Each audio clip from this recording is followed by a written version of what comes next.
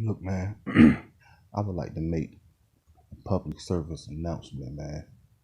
Um,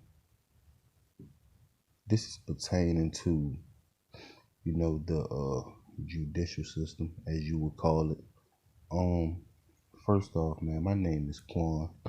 I reside in Hampton, Virginia, and just speaking on the judicial system, period, man, because I did some things in my life that you know I wasn't proud of, and unfortunately, I had to pay with me doing time.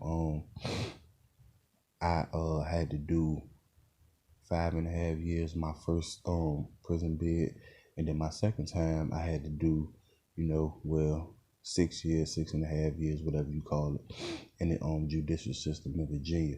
But my point is, I think it's kind of messed up how you got these people out here that uh commit these violent and unspeakable crimes, man. To name a few, rape, murder, um, hitting people with cars, man. And these type of people, they only get, you know, 5 years, 4 years, 3 years, stuff like that. But here it is, you got, you know, not being on a racial thing, but you got black people or people, period, that you know see I have a real problem with people that are forced per se to go out here in the street, and they are forced to take care of themselves, and they are forced to take care of themselves, man. And the consequences for that, they might have to go do time, or they may have to get locked up, but the judicial system, they don't think about the circumstances that you are put up against, and you have people out here that's really struggling, and people that's you know really out here, they really have to go in the street, and they really have to take care of themselves, or whatever the case may be. But then you have these people that don't have to be in the street, and you have these people that were born with a silver spoon, if you would say, um, and they just go out here, man, and they just do things for no reason. Now speaking on me, I was one of them youngins that I was forced, to go out here in the streets, and take care of myself.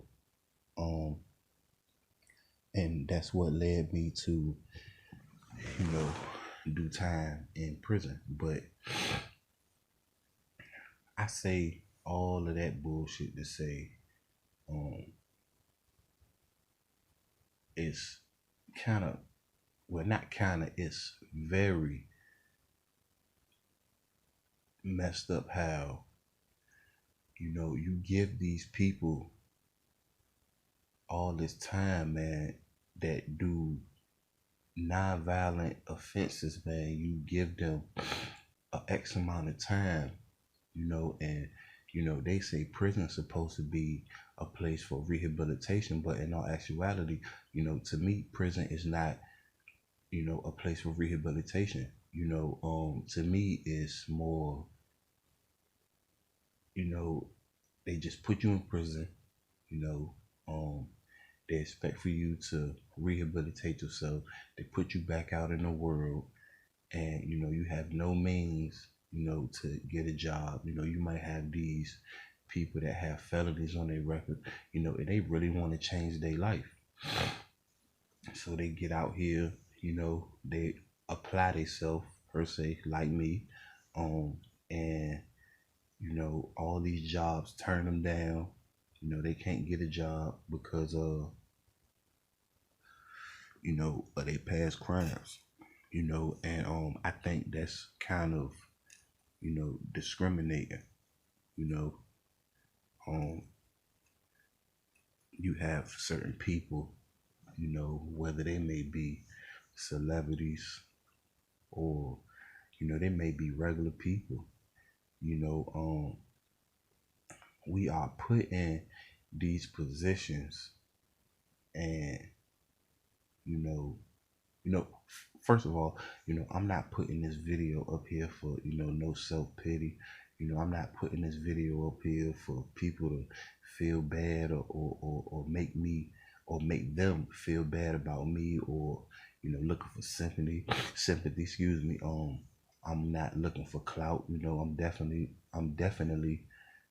I'm not a clout chaser. You know, I'm not looking for recognition. I'm not looking for views, likes, none of that shit. You know what I'm saying? I'm looking more so for something to change. You know, because speaking on myself, you know, I was released from prison on August 5th. And you know, I've done a lot of messed up things, you know. So like I said in the beginning of this video, you know, I had to pay for that with time, you know, but now that I've came out and I've um I've changed my life around, you know, since I've been home, you know, it's been really hard for me to obtain, you know, a steady job. You know, I've been working from this job to this job. You know, one job might pay $8 an hour. Another job might pay $9, $9.50, $9.25 an hour, you know, and I think it's messed up, man, and unfortunately, man, that's how the system is set up, you know, and certain people are put in certain positions where they don't have that type of platform to speak about this system and how these people, you know, are doing us, period, you know, to switch lanes a little bit.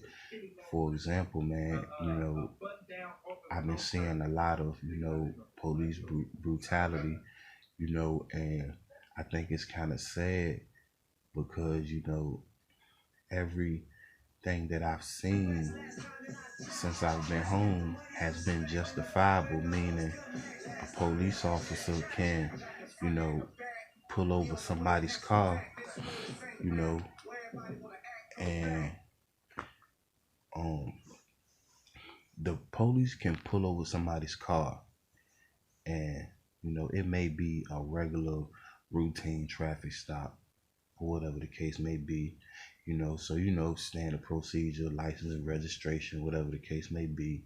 um you know, the police might say, um well, what are you doing in this area? You know, why I was doing such and such in this area. Well, what's the problem, officer? Well, we got a call saying, you know, that it was a unknown, you know, suspect or whatever, you know, you look suspicious basically. Do you have any weapons or anything in the car? Do you mind me searching your car? You know, um, hold up. Um, I have a license to carry a weapon, you know, I'm gonna go to reach for it, you know, to show you that I have the proper credentials, you know, for a weapon, you know, boom. So when a police officer feel like they threaten, boom, boom, boom, you know, they shoot the black man, you know, and that's justifiable. You know, that's what I mean by justifiable. You know, the police are so quick to say, well, this person or that person, or whether you black or white, man, you know, we're not even gonna get on just black African Americans, period, just people, period, in general. um well, the person reached for a weapon, you know, so I felt threatened and I shot him, you know, and that right there is justifiable, you know. They're going to believe the officer before they believe us, you know, because, you know, the police officers are in the position of power, you know. But I think it's kind of sad, man. And then when you see police officers getting killed, you know, it's like they glorify, like, oh, this state trooper or this police officer got killed in a line of fire, due to a violent person or whatever the case may be. But nobody ever stopped to think for 1 minute, like, well, damn, for every action, there's a reaction. So maybe these people are going out here killing these police officers because, maybe they're tired of police officers killing our people, and just like for an example, I watched the clip. I don't know, some of y'all may or may have not seen it, but I watched the clip on YouTube, and the police officer pulled over a female, her boyfriend, and their child was in the back seat. Um, so the female, she's filming it, and she's letting the police officer know that her boyfriend has a license to carry a gun. He's in the passenger seat, of course, and she's telling him, well, my boyfriend has a license to carry a gun. He's going to show you, his license or whatever like that. As soon as the man goes to reach for whatever he's going to reach for in the glove compartment, the police officer shoots him right in the back seat where his child is at, like shoots him right in front of his child, and people think that that shit is justifiable, man. And then when you kill these people, you know, um, it's just like, fuck it, man. You know what I'm saying? It's you know, life goes on. You know what I'm saying? To them, it's, oh, it's another black person down in the book. To us, it's unexplainable, man, and it's bullshit, man. But all in all, man, us as black people today, man, we have a target on our back, period, man, because we're black, and I think that's the main thing that us black people have to look out for, man.